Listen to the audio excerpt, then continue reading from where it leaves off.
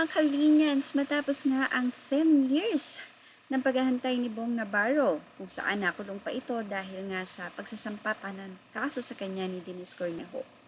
Ngayon nga ay lumabas na ang desisyon ng korte kung saan ay hinatulan nga ng guilty at habang buhay na pagkabilanggo sina Denise Cornejo, Cedric Lee at ang iba pang kasama nila. Well, mula nga sa Radio Philippines, just in parusang habang buhay na pagkakabilanggo ang ipinataw kina Cedric Lee, Dennis Cornejo at dalawa pa matapos hatulang guilty sa kasong serious illegal detention for ransom na inihain ng actor-host na si Bong Navarro. Well, alam natin kapag ka po nanalo ng case itong si Bong Navarro, lahat po ng ginastos niya sa abogado, simula nung nag-start na magkaso yan, ang magbabayad po nun yung mga natalo. So, marami ang nagsabi na sana nga daw ay nakinig na lang si Denise Cornejo sa kanyang abogadong lolo before na nakiusap kay Denise na sana nga daw ay magkasundo na lamang.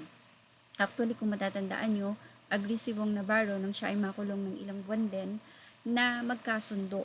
Pero dahil nga naipakulong nila si Bong Navarro ay confident nga sila Denise Cornejo, Cedric Lee at iba pang kasama na maipapakulong nila sa kasong rape itong si Bong Navarro.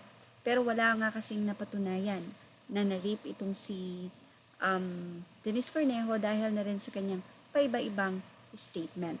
So sa nga ng mga netizen, ayan, nangyari, lumaki gulo, nagkasuhan pa, kala nila biro-birong magkaso. Si Bong kinasuhan ng rape, sila serious illegal detention, Bong did his time. Ganon din sila dati. Ngayong reclusion perpetua na, kung nagkasundo na lang sana sila dati, di sana hahantong sa ganyan. I remember yung grandparent, the grandparent ni Denise was asking her na magkasundo na lang sila. Now, it's too late. Si Denise pala and yung Ras where there's a promulgation, hindi na nakauwi, kulong agad. Si Cedric Lee naman ay kusa ng sumuko sa nasabi nga pong warrant of arrest na ibibigay sa kanya. Sabi naman ng isa, true, napanood ko yung interview ng grandparent ni Denise na lawyer din na magkasundo na lang sila pag wala ng, or sila para wala ng sakit sa ulo and both walang panalo sa kanila kasi pagsasayang nga lang daw ng pera at lawyer lang ang makikinabang.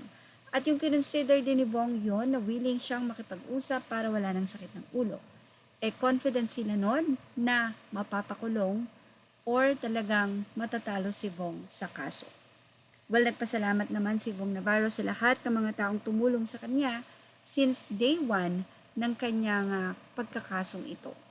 At yan ang ating Miss Lee Vlog update. Thank you for watching. Images are all credit to the rightful owners.